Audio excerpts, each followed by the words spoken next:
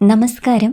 കാര്യസാധ്യത്തിനും നല്ല ആരോഗ്യത്തിനും മക്കളുടെ ഐശ്വര്യത്തിനുമൊക്കെയായിട്ട് നമ്മൾ പല വ്രതങ്ങളും എടുക്കാറുണ്ടല്ലേ. എന്നാൽ അതിൽ ഏറ്റവും പ്രധാനപ്പെട്ട ഒന്നാണ് ഷഷ്ഠിവ്രതം എന്ന് പറയുന്നത്.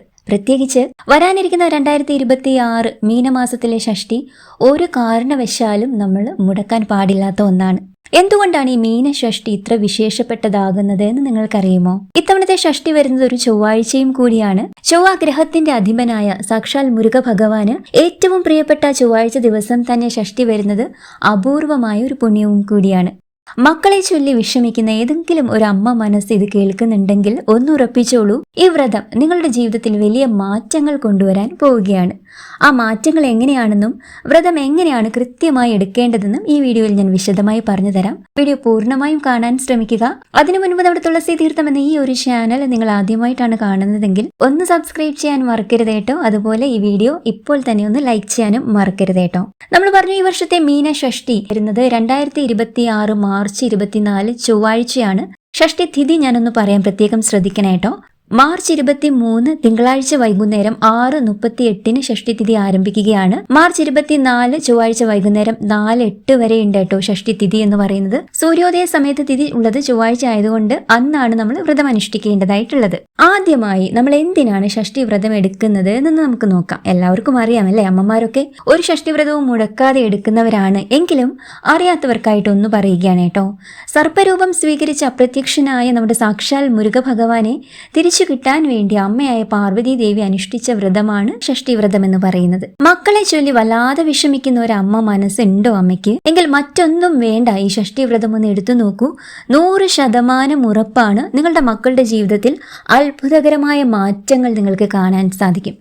സന്താന ഭാഗ്യത്തിനു വേണ്ടിയും കടബാധ്യതകളിൽ നിന്ന് മോചനം ലഭിക്കാനും നല്ലൊരു ദാമ്പത്യ സൗഖ്യത്തിനും എല്ലാം, അതായത് നമ്മുടെ കുടുംബത്തിൽ എന്തുവിധ തടസ്സങ്ങളോ ദുരിതങ്ങളോ കടബാധ്യതകളോ ഒക്കെ നമ്മൾ നേരിടുന്നുണ്ടെങ്കിലും, അതുപോലെ ഇഷ്ടപ്പെട്ട വിവാഹം കാത്തിരിക്കുന്നവർക്കും എല്ലാവർക്കും എന്തു തന്നെ ബുദ്ധിമുട്ടുകൾ നമ്മൾ അനുഭവിക്കുന്നുണ്ടെങ്കിലും സാക്ഷാൽ ദേവ സൈന്യാധിപനായ സുബ്രഹ്മണ്യ സ്വാമി പൂർണ്ണ അനുഗ്രഹം നമ്മുടെ ജീവിതത്തിൽ ചൊരിയും.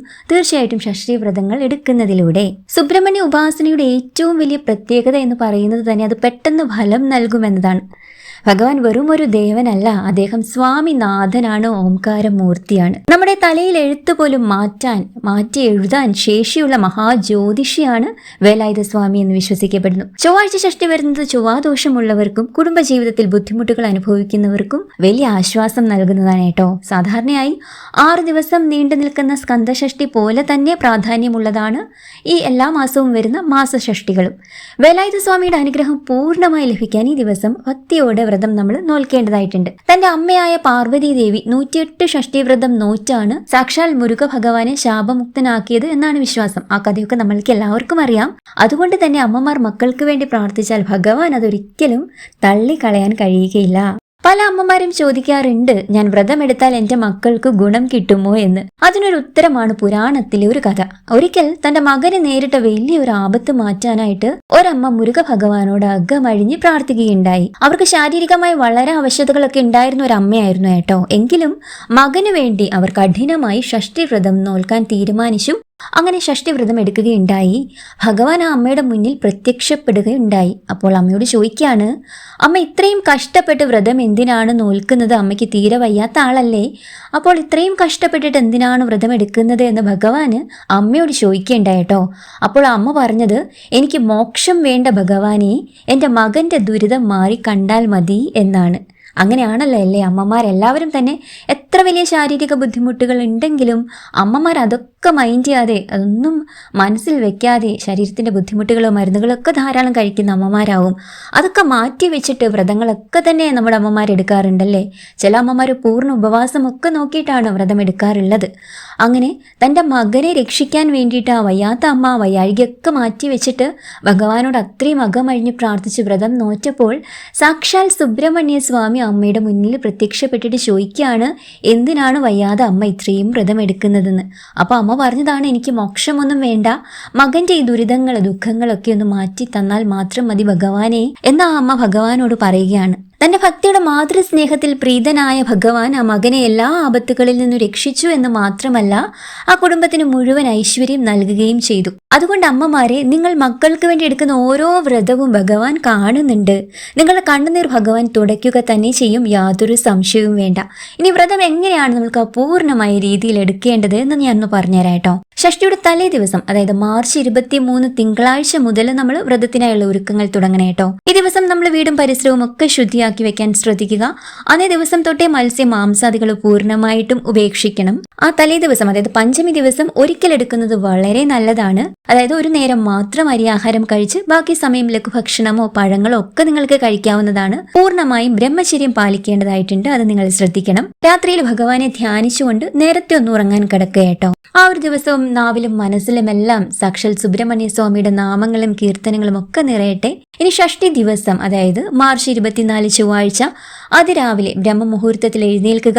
കുളിച്ച് ശുദ്ധിയായി നമ്മുടെ പൂജാമുറിയിൽ എത്തി ഭസ്മം ധരിക്കുക കേട്ടോ. പൂജാമുറിയിൽ നിലവിളക്ക് കൊളുത്തി മുരുക ഭഗവാന്റെ ഫോട്ടോയ്ക്ക് മുൻപിൽ നമ്മുടെ വീട്ടിൽ അവൈലബിൾ ആയിട്ടുള്ള പുഷ്പങ്ങളൊക്കെ തന്നെ സമർപ്പിക്കുക. ഒരു ചെറിയ ചിരാതിൽ നെയ് വിളക്ക് കൊളുത്തുന്നത് അതീവ ഐശ്വര്യമാണ്. ഈ ഷഷ്ടിവ്രതം എടുക്കുന്നതിനായുള്ള അനുഗ്രഹവും അനുവാദവും ഒക്കെ ഈ ഒരു സമയത്ത് നമ്മൾക്ക് ഭഗവാനോട് മനസ്സറിഞ്ഞ് പ്രാർത്ഥിച്ചുകൊണ്ട് ചോദിക്കാം. ഒരു സങ്കല്പം, അതായത് നമ്മുടെ ഒരു ആഗ്രഹം, അതെന്താഗ്രഹവുമാകാം കേട്ടോ. സന്താനങ്ങൾക്ക് വേണ്ടിയാകാം, കുടുംബശാന്തിക്ക് വേണ്ടിയാകാം, കടബാധ്യതകൾ ഒഴിഞ്ഞ് പൂർണ്ണമായ ഒരു സമാധാന ജീവിതം കിട്ടുന്നതിന് വേണ്ടിയാകാം, അതുപോലെ തടസ്സപ്പെട്ടിരിക്കുന്ന വിവാഹം നടക്കുന്നതിന് വേണ്ടിയാകാം, എന്തിനു വേണ്ടിയുമാകാം. അങ്ങനെ നിങ്ങളുടെ മനസ്സിലെ ആ ഒരു ആവശ്യം എന്ത് തന്നെ ആയാലും അത് ഭഗവാന്റെ മുൻപിൽ ഒരു സങ്കല്പമായി സമർപ്പിച്ചിട്ട്, ശ്രീ സുബ്രഹ്മണ്യ സ്വാമി, ഞാൻ ഈ ഷഷ്ടിവ്രതം അതിന്റെ എല്ലാ പൂർണ്ണതയോടും കൂടി എടുക്കാൻ ആഗ്രഹിക്കുന്നു. ഭഗവാന്റെ അനുഗ്രഹം അതിനുണ്ടാകണേ. എൻ്റെ പ്രാർത്ഥനകളെല്ലാം അവിടുത്തെ തൃപ്പാദങ്ങളിൽ സമർപ്പിക്കുന്നു. എനിക്കെടുക്കാൻ കഴിയുന്ന ഷഷ്ടിവ്രതങ്ങളെല്ലാം തന്നെ ഞാൻ എടുത്തേക്കാം ഭഗവാനെ. ദുഃഖങ്ങളെല്ലാം അകറ്റി മനസ്സമാധാനം തന്ന് രക്ഷിക്കണേ എന്ന് നമ്മൾക്ക് മനമൊരുകി ഭഗവാനോട് ആ ഒരു സമയത്ത് പ്രാർത്ഥിക്കാം. സുബ്രഹ്മണ്യ സ്തോത്രങ്ങൾ, കീർത്തനങ്ങളൊക്കെ ചൊല്ലാവുന്നതാണ്. അന്നേ ദിവസം പൂർണ്ണമായിട്ടും നമ്മുടെ നാവിലും മനസ്സിലും ഭഗവാന്റെ ആ ഒരു രൂപം വിളങ്ങണം. നമ്മൾക്കറിയാം, എല്ലാ വ്രതത്തിലെയും പോലെ മത്സ്യ മാംസാദികളൊന്നും പാടില്ല, പകൽ ഉറങ്ങാനും പാടില്ല. ഇതൊക്കെ നമ്മൾ വളരെയധികം ഷഷ്ടി ദിവസം ശ്രദ്ധിക്കേണ്ടതായിട്ടുണ്ട്. ഇനി നമുക്ക് ഭഗവാൻ അന്നേ ദിവസം ഇഷ്ടപ്പെട്ട ഒരു നിവേദ്യം സമർപ്പിക്കാവുന്നതാണ്. നമ്മൾ ശ്രദ്ധിക്കേണ്ട കാര്യം, ഭഗവാന് നിവേദ്യം സമർപ്പിക്കുമ്പോൾ ആദ്യം ഗണപതി ഭഗവാന് സമർപ്പിക്കുക കേട്ടോ. 3 തവണ ഒരു സ്പൂണിൽ കോരിയിട്ട് ഇങ്ങനെ ഗണപതി ഭഗവാന്റെ ഫോട്ടോയ്ക്ക് മുൻപിൽ 3 പ്രാവശ്യം നൽകുന്നതായി സങ്കല്പിച്ചതിന് ശേഷം നമ്മളുടെ കൈയൊക്കെ ഒന്ന് നനച്ചിട്ട് മുരുക ഭഗവാന് സമർപ്പിക്കേണ്ടതായിട്ടുണ്ട് കേട്ടോ.